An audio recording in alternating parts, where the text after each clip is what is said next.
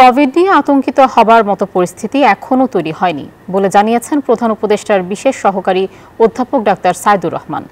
বলেন, করোনা পরীক্ষা ও চিকিৎসার জন্য সব ধরনের প্রস্তুতি রয়েছে সরকারের। সকালে রাজধানীর জাতীয় গ্যাস্ট্রো লিভার হাসপাতাল ও বক্ষব্যাধি হাসপাতাল পরিদর্শন শেষে এসব কথা জানান তিনি। বলেন, এরই মধ্যে করোনা রোগীদের চিকিৎসায় ঢাকা ও চট্টগ্রামে দুটি বিশেষায়িত হাসপাতাল প্রস্তুত করা হয়েছে। পরিস্থিতি খারাপের দিকে গেলে অন্যান্য হাসপাতালেও বিশেষ ইউনিট তৈরি করা হবে। দেশের দক্ষিণাঞ্চলে বেড়ে যাওয়া ডেঙ্গু মোকাবিলায় গুরুত্বের সাথে কাজ করা হচ্ছে বলেও জানান প্রধান উপদেষ্টার বিশেষ সহকারী।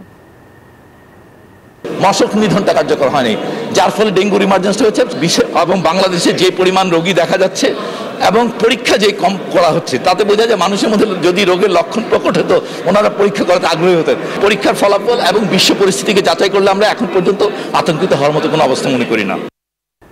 বান্ডেল থাকলে প্রতি সেনমানিতে টাকা বাঁচবে।